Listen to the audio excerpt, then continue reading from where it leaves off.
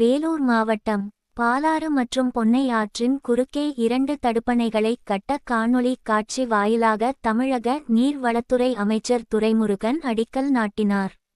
வேலூர் மாவட்டம் காட்பாடி சட்டமன்ற தொகுதிக்குட்பட்ட அம்முண்டி பாலாற்றின் குறுக்கேயும் 46 கோடியே 44 லட்சம் மதிப்பீட்டில் ஒரு தடுப்பணையும் மற்றும் வேப்பாலை கிராமத்தில் பொன்னை ஆற்றின் குறுக்கே 23 கோடியே 8 லட்சம் மதிப்பீட்டில் ஒரு தடுப்பணையும் 2 தடுப்பணைகளுக்கு அடிக்கல் நாட்டும் விழா நீர்வளத்துறை சார்பில் வேலூர் மாவட்ட ஆட்சியர் சுப்பு லட்சுமி தலைமையில் நடைபெற்றது. இதில் வேலூர் நாடாளுமன்ற உறுப்பினர் கதிர் ஆனந்த் உள்ளிட்டோர் பங்கேற்றனர். இதில் சிறப்பு அழைப்பாளராக தமிழக நீர்வளத்துறை அமைச்சர் துரைமுருகன் சென்னையிலிருந்து காணொளி காட்சி வாயிலாக தடுப்பணைகளுக்கு அடிக்கல் நாட்டினார்.